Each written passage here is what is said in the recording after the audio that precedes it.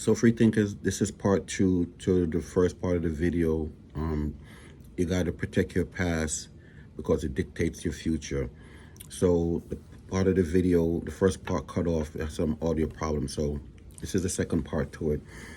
So we left the strip club, and what I was saying about followers. You know, when you're a follower, nobody will see that you're a leader because you're just following the crowd. And when you follow in the crowd, you know, you're following somebody.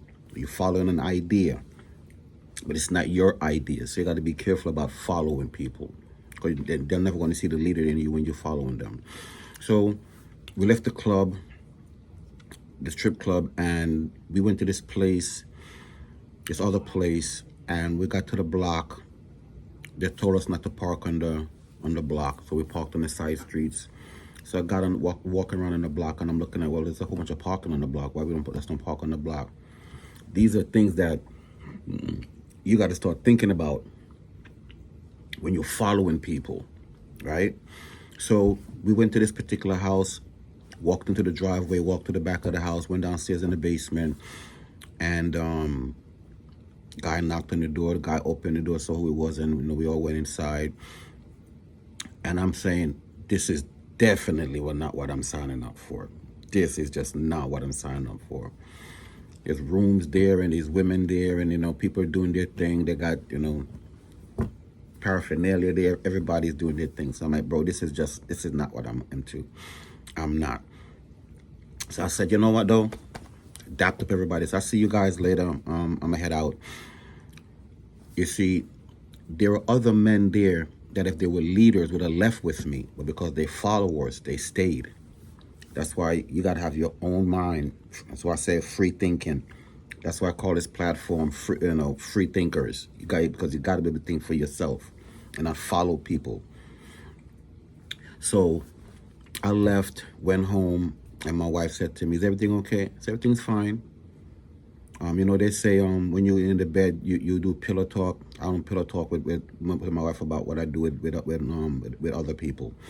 So we lay down, and 2:30 in the morning. It's like anytime I speak about this, it comes right back to me. 2:30 in the morning, the phone ring, and my wife answered the phone, and her girlfriend says, "You got to get up. We got to go get our husbands. They're in jail."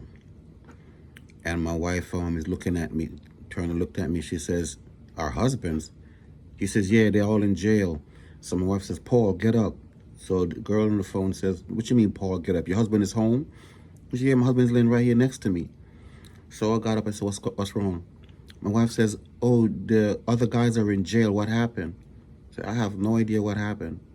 So I rolled back over, went to sleep like it was nothing, because I know I wasn't there, and I know I wasn't a follower, and I know this had nothing to do with me. So the next morning we got up, and my wife says to me, my wife says, "Get dressed. We got to go help them." So help them do what? She said, their husbands are in jail, and what have to do with us? She said, "You don't think we should go help them? To do what? They got to get bailed out. You're going to help them getting bailed out?" She said, "But what happened last night?" It's irrelevant what happened last night. I was home, right?